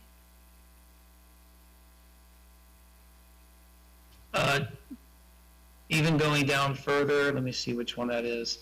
So it'd be Yes, one, in bullet point 2, expand, renovate, revitalize existing or construct new classrooms, labs, and school facilities for science, technology, engineering, arts, and math. It's bullet point 2 in that list. yeah, it's actually already there. If we want to add, we can say shops. If we want to add it in there, we can do it. I'm looking down and it still has, I'm still on B4. So 1, 2, 3, 4, 5, 6. It says renovate, repair, replace, construct, and or install play fields, athletic competition fields. Everything that's on there, we need to strike the entire bullet. It's not what we're doing. We're not doing anything with physical education at all. So that should be completely removed. That's not our intent. That's not what we're going to be doing. Roger, I do just want to remind that we did see some preliminary work from the architect last month that did reference something about the weight room, wrestling room, Yep. which would And be in I'm this saying category. that we're not doing that. Because I this understand. bond is not for For that. those things, yeah. I don't know who to ask this And, of. and Dale. the architect put those things in on their own. That was not our direction whatsoever. The architect just did it. Roger, I So- have a question for you and maybe for Dale, just to this. Yeah. If we wanted to use that space that's the wrestling room that was mentioned by the architect for something else, then we would need to leave something in here in order to replace it on another part of campus. Is that right? No, you have plenty of room in here to change facilities uses. If it's not, these are specific, that line that we was just discussed is specific to athletic facilities and using them as athletic facilities. Yes. So, Roger, my question about this, and I'm with you, I would strike the whole thing just for my apprehension on this, and that is that if we needed to use that space where the wrestling room is for some other CTE purpose related to the bond, then we might need to relocate that wrestling space somewhere else. We say that, we simply say to relocate existing facilities, if needed. That's all we say. We don't need to do it like this. I think this is giving a false, reading of what we're doing because we're only going to do that if we have to. I just don't want to tie our hands on that because I think the architect did some very preliminary work, and I made my thoughts on that pretty clear at the last board meeting. And I don't know that that space where the wrestling room should be considered off limits for our phase 1 bond work. Well, why don't we just change it to say relocating existing programs if needed? Is there a way to do that, Dale, that makes sense? A way to do that and like renovate, relocating repair, what? replace, and relocate. Relocating what? I'm unclear. I think you have the ability to relocate any facility that you want. If I can give just a little background on this language, which, to be clear, I have no dog in this, and this is the Thank you lawyer's for helping language. us. Fine, but I don't, and it's your language, and I want to make sure it's what you want. However, there have been lawsuits, unfortunately, that have challenged districts that have used funds for projects that certain constituents didn't want done. And therefore they said, well, this didn't specifically say that you could do this. The one example, which I already discussed, is the use of funds to put up stadium lights. And it never said stadium lights anywhere. And the court found in favor of the constituents. So that's why I think there's been this movement over in the perhaps too far to the other side of trying to describe every project in great detail. So nobody can come in and say, well, you didn't say that, you can't do that. So just be clear, there's plenty of room to do many of these projects, and a lot of it's interpretation. You do increase slightly your risk by carving things out that someone takes a dim view and wants to stop you. Okay, but it's not like there's a checklist. Now, on the other hand, and I'll take issue with the statement that was made that you can do anything with these funds. That's not true. There are many projects that are not in here. You cannot do teacher staff housing. You cannot purchase real estate. And there are a couple of other pieces that have been removed. So it's really how much where is your comfort? There's not a is it in or is it out. It's what are you comfortable? Personally, I'm comfortable taking out the entire phrase about the athletics, the renovate, repair, and construct and or install play fields, et cetera, but that's up to you. In this particular case with the wrestling room, would the bullet point at the bottom of page B3 where it says modernize, upgrade, renovate existing classrooms and construct new classrooms, for us, that's a PE class, right? Yes, exactly. So is it a PE class? And could we do it under that if we needed? I think so, and I'd just like to expand that because those are portable classrooms, which is Right. the reason this was brought up. One of the most significant reasons to pursue this type of a general obligation bond is that it will allow Ramona Unified to be eligible for matching funds, which we have not ever taken advantage of. The state's provided through taxpayer dollars and other things in their own general fund. They've provided $56 billion that Ramona's never been able to get a penny from. And a bond resolution and the passing of a bond and a passing of the state bond, which is on the ballot this year for $14 billion, which we're understanding about $4 billion is spoken for, will allow us for the first time ever to take advantage of monies that I think every single other district around us, even the 200 and 150 student school districts, have taken advantage of. So that matching fund is really, really important because there's the state bond issue, state bond funds that may be available if that's approved, but there's also the hardship and modernization funds. And the danger with us trying to draw a line on which portables we would do this with, some schools have libraries in portables. They have early childhood education in portables. And so when you do, right now between RE and the high school, we have 45 portables, most of which are over 40 years old. And so when we do a rehabilitation, that will involve a permanent structure that qualifies for significant matching dollars, but we don't do it by just replacing 5 at a time. It needs to be a chunk of a project at a time. One of the reasons the wrestling room was identified is that there's 4 in a section. And so that's something for the board to consider and talk with the architect. And the architect and our CL Consulting, who are the experts with the Office of Public School Construction, they will work together to look at what a 25 portable classroom building to replace a building that could replace 25 portable classrooms, what that could look like, what the matching dollars could be generated.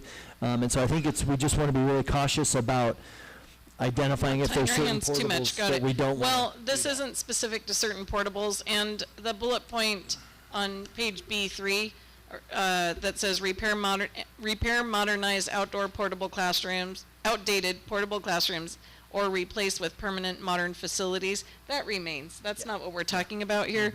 We're really talking about this bullet point about athletic facilities, and whether we could safely strike that from the language so that the voters wouldn't think that we're trying to build ball fields. Yeah, But they know that we're building I just wouldn't want CTE. someone to call us out for modernizing a wrestling room that is in 4 portables connected. Okay. If that was going to be ruled out. I want to add one other piece on the specificness of the language. This will be on the ballot. The architect, in conjunction and under direction from the board, the plan, as the boards, I think we're becoming more and more aware, is that the funds from such a bond would be very focused. And we've talked about CTE and some repairs and refurbishment. Those projects would become very, very, very clear by mid to late August. There will not be something in late August that comes out, say, here's 17 different projects we're going to be doing with these limited dollars. It would be very focused so that voters and the community groups and everybody will see in public sessions here in board meetings and throughout the community a rendering. They'll see that it'll be explained, it'll be communicated and visually available for people to see what that would tonight, be. is that correct? This, Yep. yes, for the resolution, but I just Right. want to make sure we understand that there will be a absolute focusing of these efforts to come up with some draft of the major lion's share of what this project would be. But we can't delay on this list until then, Right. is that correct? Right, yeah. Okay.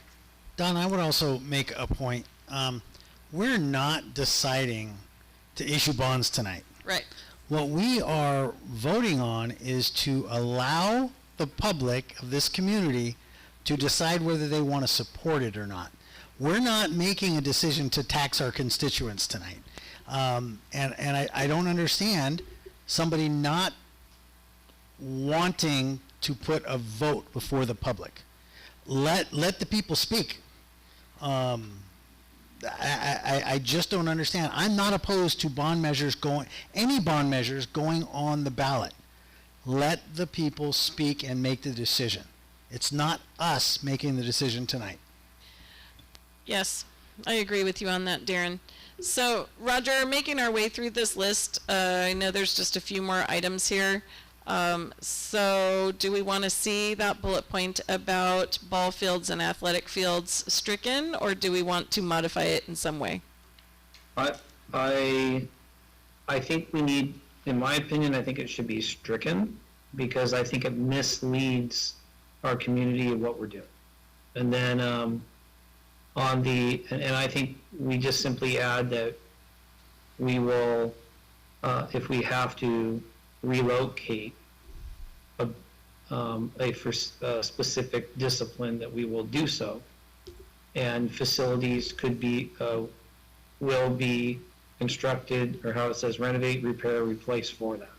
So it can use the same language, but just explaining that. And then the one underneath it, it mentions new school administration building. I don't know of any new school administration building, so I think we should completely strike that.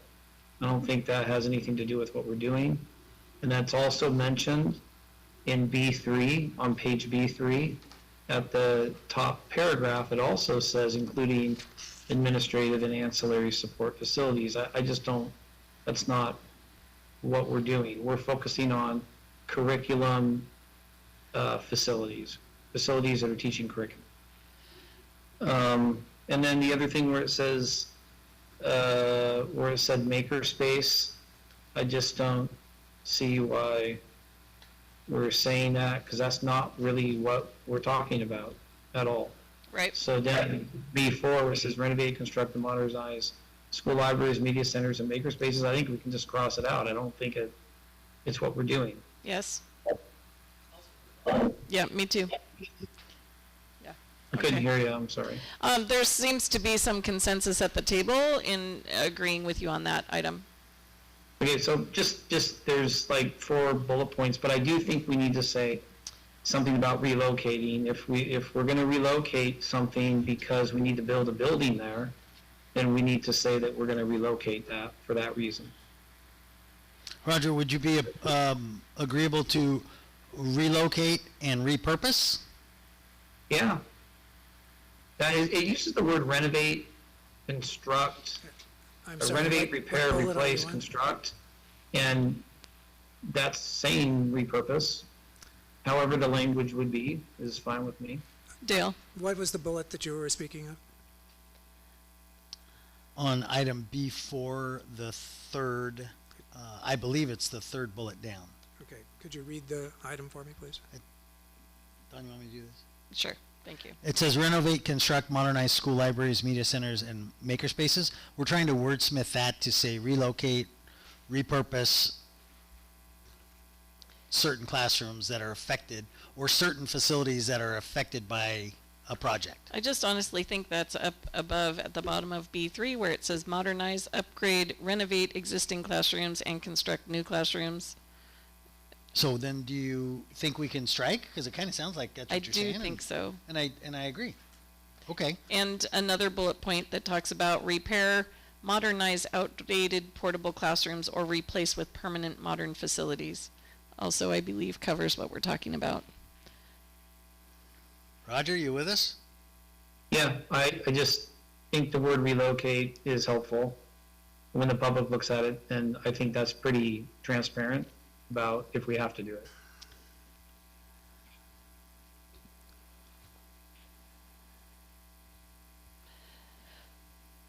So Don, this is more of a question. If I hear what we're discussing, we would be on B4, strike bullet number 3, bullet number 6, and bullet number 7. Are we speaking the same language? 1, 2, 3, 4, 5, 4, 6. Yes, that is correct. 6, I'll support that. and 7. Wait, what about, hold on, 1, 2, 3, 4. There's something about number 4 is modernize special education and early child. We need to strike that one too. Except Yes, we need to leave restrooms and facilities. yes. Is that somewhere else? And maybe plug that in No, somewhere we did else. talk about that already, but yes, that is the spot. Dan, are you hearing anything you're opposed to? Okay, and then one more thing. At the top of B3, near the bottom of the first paragraph, we need to strike, including administrative and ancillary support facilities. I would agree. I would support that. Do you see that? Yes. Yes, Okay. I agree. B4, bullet point number 5. Develop, construct, install, and improve outdoor areas, including playgrounds, outdoor learning and meeting areas, hardscaping, landscaping, irrigation improvements, and building and installing shade structures and seating. I think we're after the major stuff, and I see this as minor stuff, so I would be comfortable with eliminating that. I would agree with you if it were frivolous, but I think that you can't just plunk down a new CTE building and not deal with the hardscape and the landscape and outdoor seating and meeting spaces that might be a part of that new facility. Yeah. I didn't think about it when he was saying that. but Right. I think you're making a good point. Well, you know how outside there might be some benches and some open spaces, and we want that, right? We Yeah, live and in San Diego, Seating so, areas. right. Yeah. right. Maybe some shade. Maybe some outdoor workspaces for students, right? We're talking about some trades. I don't disagree with you. So I do have one more area. Yes? It's at the top of B3 again. Okay. In the middle of it, it does say, okay, so we go to the third sentence. It starts with school facilities and it's in quotes. Yes? Yeah. Include projects at school sites as well as administrative and teacher and staff support facilities which are necessary for and related to the delivery of high quality of education services. I think we need to leave that one in there, only because if we need to make a repair on an administrative building, we need to do it. But below where I asked you to strike it, because that said that was a definite project, where above it says it's going to be, that's going to be determined if it needs to be done. Right. It's all language, right? But I just wanted to point it out that it's there Yes, twice. I agree with you, Roger. And, some of that teacher staff support facilities, right? What does that mean? Well, it could mean a teacher's office adjacent to a lab, that Right. sort of thing. And we want to make sure that we can do that. That's a necessary part. Absolutely. Did you have more? I don't, I'm just looking, I think that was the only one. And I know, I'm glad that we're doing this. I mean, I understood why it was there, but I'm glad we're doing it. I feel much more comfortable about this because I just felt like I get it, but at the same time, it just seemed like it was not transparent enough. It was like, why are we including all this stuff? I think that's it. I think the only other thing is deciding the term and the rate. So I'm going to hit up the other board members here on this list before we do that. Darren, did you have any other edits to this section that we've been working on? I do not, thank you. Okay. I'm sorry, go ahead. Dan, do you have any other things you'd good. like to discuss on this? Maya, do you have anything else on this, we're calling it project list, that we've been working on? No. Okay. And Maya, I know you talked about being transparent and making sure that the projects that we describe to voters really reflect what it is we're trying to do, and I think our work here tonight has gotten us a bit closer to that. So thank you for your constructive criticism about that. It pushed us into doing some of the work that was necessary. Dale, I saw you look like maybe you wanted to say something. I just want to get confirmation on what the changes have been. Yes. So I'll tell you what I have, and then you can tell me what I missed. Starting from? Starting from the first paragraph at the top of page B3, 1, 2, 3, 4, 5, line 6, starting with the words projects at school sites, dropping the words as well as administrative and teacher staff support facilities. Staying. I'm sorry? Staying in. That is staying in? Staying in.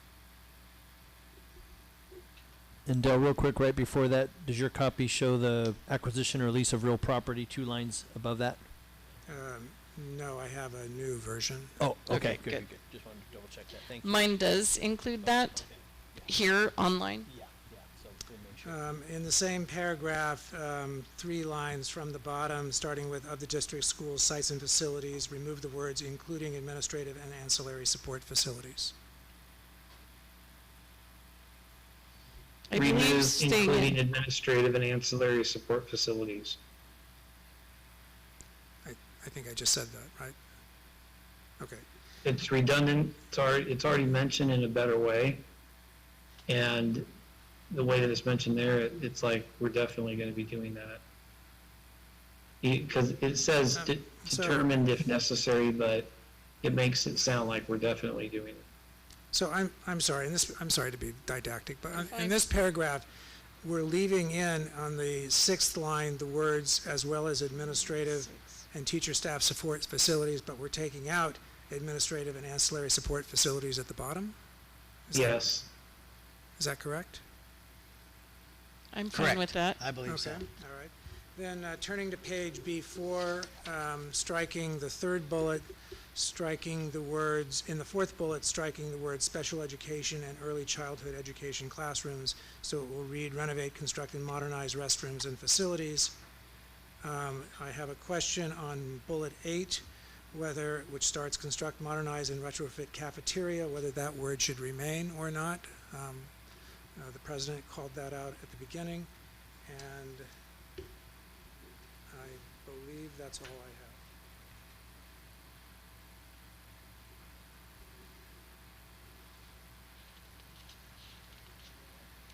Excuse me?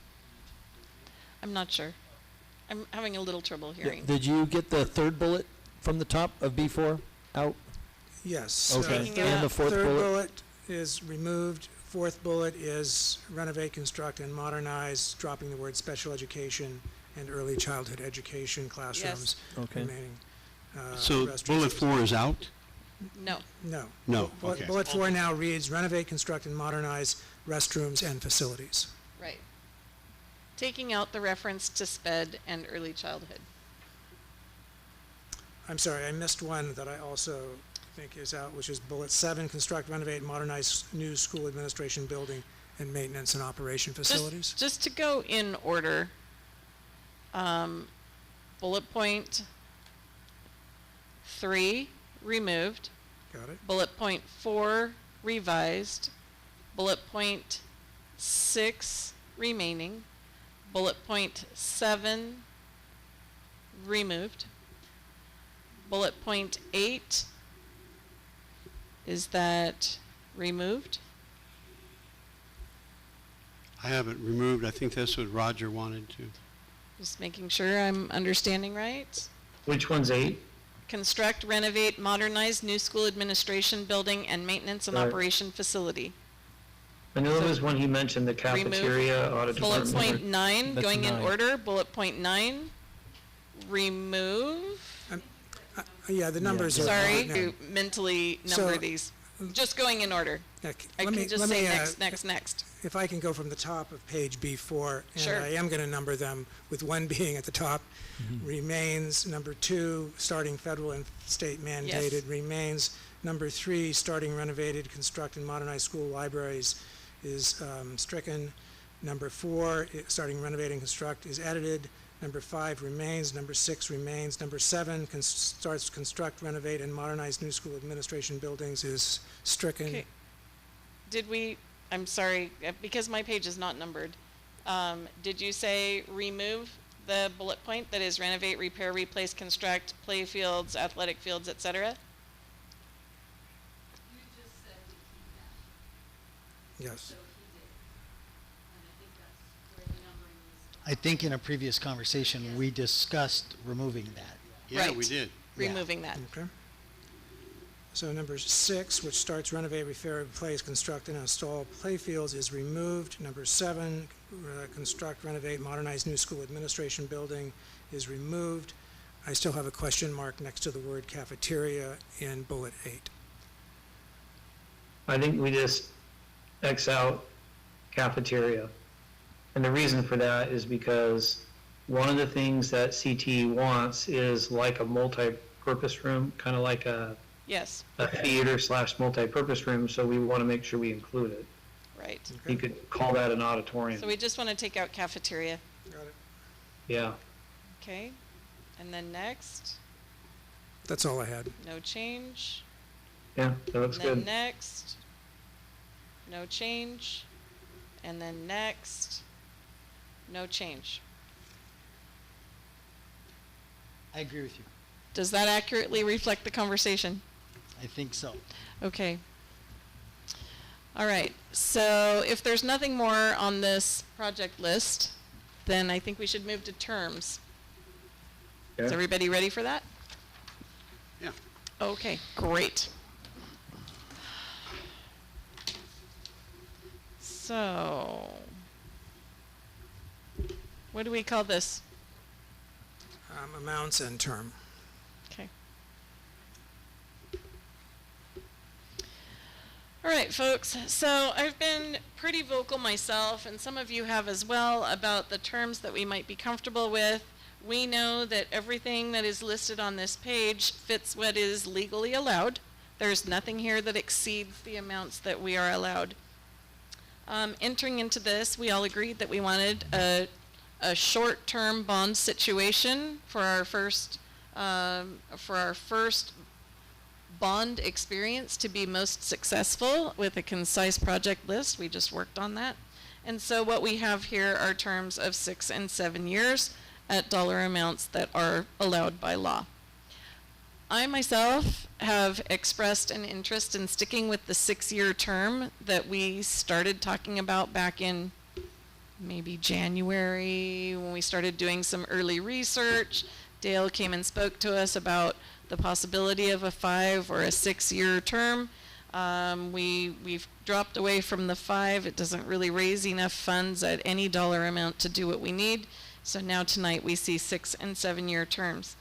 For me, some of you know that Brian and I went to the San Diego County Taxpayer Association months ago and discussed how they might endorse us in our bond on the November ballot, and they did agree to do so. When we went there, we talked about a 6-year term. I'm not saying I'm hard set on the 6-year term, but that is what I put my own reputation behind when I went to them. That's just me. Speaking for me. The board can do what the board does, but for me, I admit that I'm pretty stuck on the 6-year terms. We did have Kathy Lord come, the architect, and talk to us last time about projects that we might be able to do and some very rough dollar amounts assigned to some of those projects, and it was obvious right away that we're not going to build all of our dreams with this bond, but we can probably get a nice CTE facility with this bond. I think she labeled it as phase 1. Is that right? I didn't bring that with me, but she talked about that as phase 1. Yes, Roger. When you brought up to the Taxpayers Association, 6-year, was there a dollar amount for 100,000? I don't believe we talked about a specific dollar amount, just not to exceed what's allowed by law. Mm-hmm. If I'm wrong about that, make sure you help me with it. The problem in, I mean, I'm okay with that. I'm even okay with the 7. The problem is that we don't really, we don't have a cost estimate, not really. And we've been given something by the architect, but there's nothing really detailed. It's really ballpark, and we don't really know if that's what it's going to be. So I think it really depends upon the building and what we actually build, but we just don't really know. So are you comfortable that the 6-year term would be enough to build the initial facility, and then when we get the matching dollars, we can build the other facility? I am comfortable with the 6-year term at the $59 per 100,000 of assessed value. And I don't know that we get more than phase 1, what I'm calling phase 1, that single building. I don't know if we get more than that, because out of that 22.8 million that might be raised in that scenario, there are some expenses that we aren't accounting for, right? It's not just all, let's build a beautiful building. There's a lot of other costs involved that we really don't know. And then there's the matching fund potential, and I say potential because we haven't participated in that experience successfully in the past. So maybe we aren't locked in at 22.8 million for our project. Maybe we do qualify for some portion of matching dollars, in which case maybe we do get a little more than phase 1, or maybe we get a really nice phase 1. I don't know. But I think that at that 6-year term at the 59 per 100K, I think we can get something nice done. I do understand the concept that was presented to us of going at a lower amount per 100,000 of assessed value, like maybe going in at 49, which leaves some wiggle room for a future series possibly of bond projects for some future board.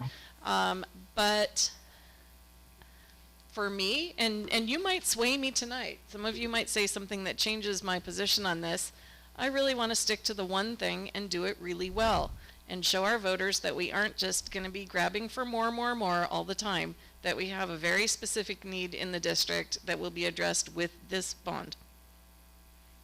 Full stop. So there's, I was going to say there's a couple of things to think about. It's not just the CTE, it's like we're talking about repairs and stuff. So I guess the question is, how much is going to go to the CT building and how much is going to go to repairs?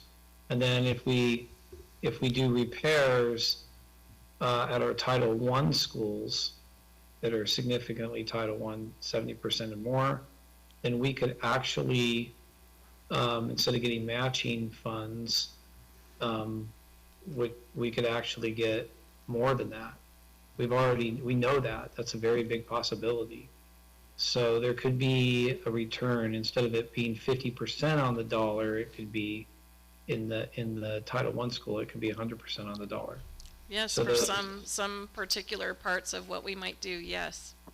Yeah, so when we're looking, we have to be upfront. When we're looking at 22.8 million, it's going to be 50% on the dollar, so we'll receive about, 11 million, 11.4 million. It's not going to be. I'll believe it when I see it, when the state actually cuts us the check. Dale, did you have something to say about that? Yeah, I want to point out a few pieces of the puzzle, which then may lead you to a different conclusion.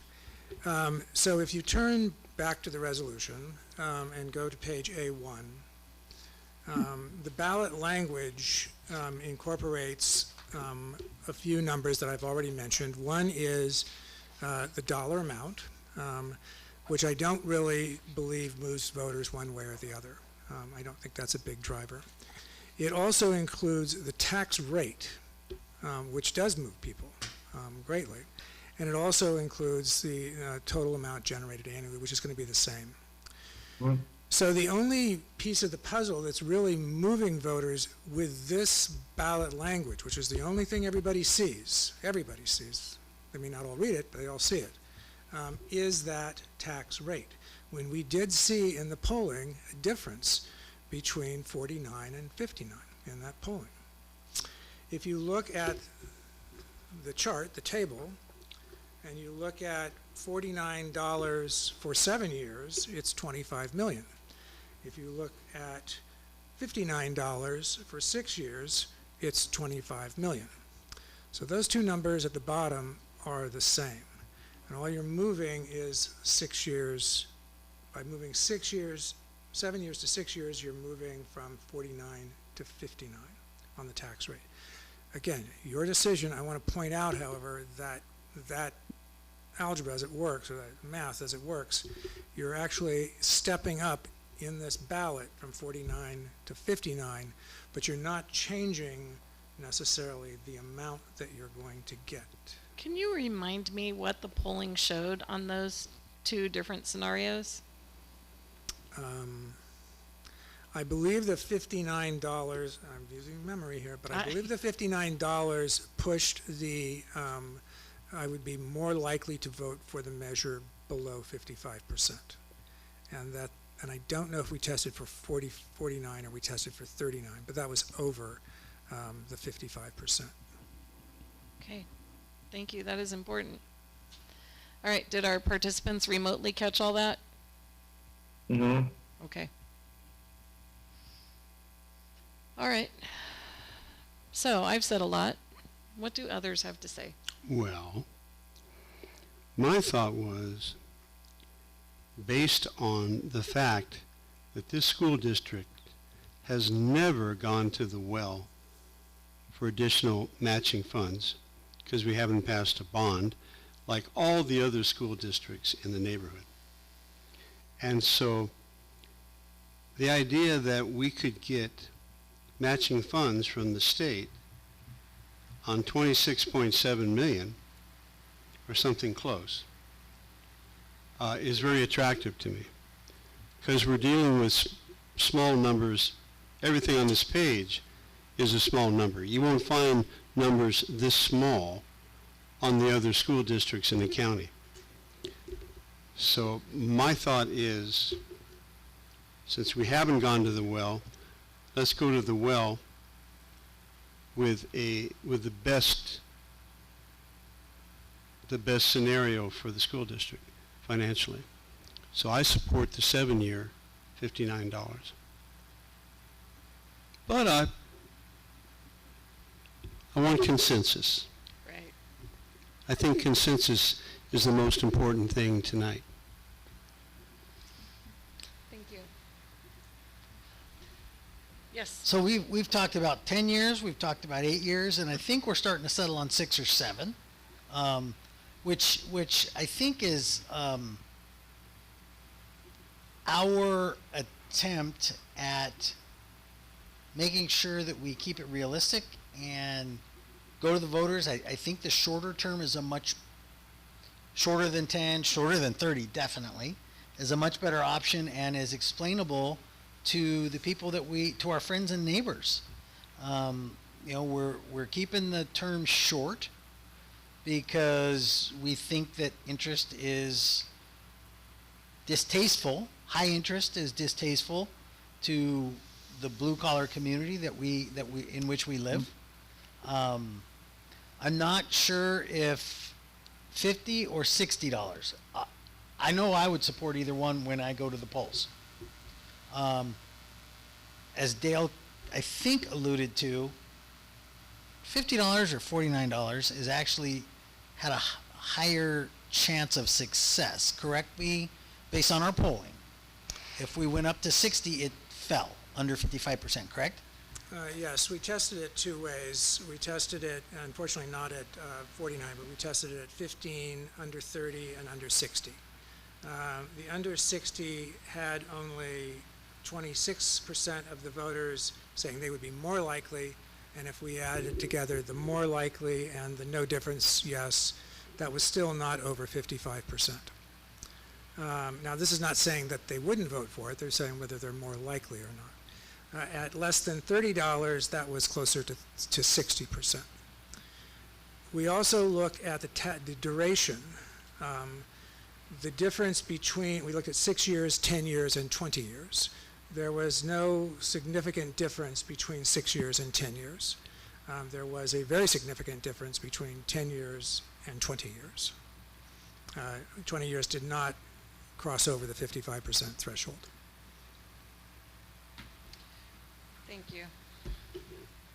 When I look at the numbers and I look at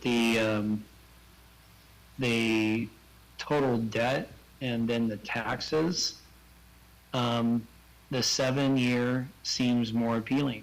You're actually getting more for your money. The taxpayers would get more for their money in the long run by adding that extra year. And it's pretty significant. So it seems to me logically to do the 7-year over the 6, just for that reason. That's kind of what I see. Dale, you've dealt with the San Diego County Taxpayers Association extensively. Do you see them withdrawing their support of our bond attempt if we switch from a 6-year to a 7-year term? No. Okay, thank you. Maya, I know that early in this conversation you brought up a lot of your concerns, and I think most of us agree with them to, one degree or another. And one of those concerns was about the project list. We've done some considerable work to that to bring it into what we realistically think we're going to do. And now we're talking about these bond terms. You did express that you weren't certain that you would be supporting a bond resolution on the ballot coming up, but I'd like to get you there if it's possible. Is there anything that we've done tonight with our project list and any alternative on this rate and term schedule that would get your support? I don't think it will make a difference. Okay, thank you. Wouldn't make a difference. All right, so where are we? I think this is an action item, right? Way back? Can I make a motion? I move to approve by going with a tax rate of $59 and a term of 7 years. Okay, do we have a second? $59.07. 59.7, I'll second that. Any more conversation now that we have a motion and a second? Any questions about what that looks like? Any of what we've done to get to this point? It's an important decision. And again, like Darren said, it is just deciding to put it on the ballot. It's not deciding whether this tax gets paid. It's just deciding to put it on the ballot. Yeah? The motion's with all the changes that we made. Yes. It includes all those changes. And can I have the person who made the motion express the dollar amount from the table, so that's in the record? Roger, would you state it for the record, please? The terms. You want me to state it again? Yeah, the terms The that dollar you are amount. suggesting. So I make a motion with the changes we made, including the tax rate of $59 per 100,000 and the term being 7 years. For an amount of? For an amount of 26.7 million, Yeah. according to the chart. 26.7 Is million. that correct, Dale? Yep. Okay. Roger, is that what you intended? Yes. Okay. And Dan, you were the second? Mhm. You concur? I concur. All right. At this point, we've lost Roger and Maya. Can we see them still? Okay, great. Thank you. That was about to be a cliffhanger right there, people. Getting ready Okay. to go after Sean over there. At this point, if there's no more conversation or question, I'll call it. All in favor? Aye. Aye. Any opposed? No. Okay, this motion carries 4-1. All right. Wow, good job, team. Thank you, everyone who participated and got us to this point. It was a long slog, but I think we've done some pretty good work towards getting what we need for our students. Okay, just so you know, it's 5 minutes after midnight where I am. We're just about finished, Roger. Thanks for reminding me. Our last meeting got This out time- later, Roger. So, I had a really long board report tonight, but no. We are still on Section I, District Operations. I-2, we have no continued public comment. I-3 is just announcing that our next board meeting date is July 11th, if needed. If we do not have any business for that night, then we will not meet at that time. We have no more business to discuss in closed session, and if there's no objection to adjourning the meeting, I'll do so now. Is there any objection? Meeting adjourned. Thank you all. Thanks, Thank you for Roger, letting me- Maya. Thank you for letting me go to bed early.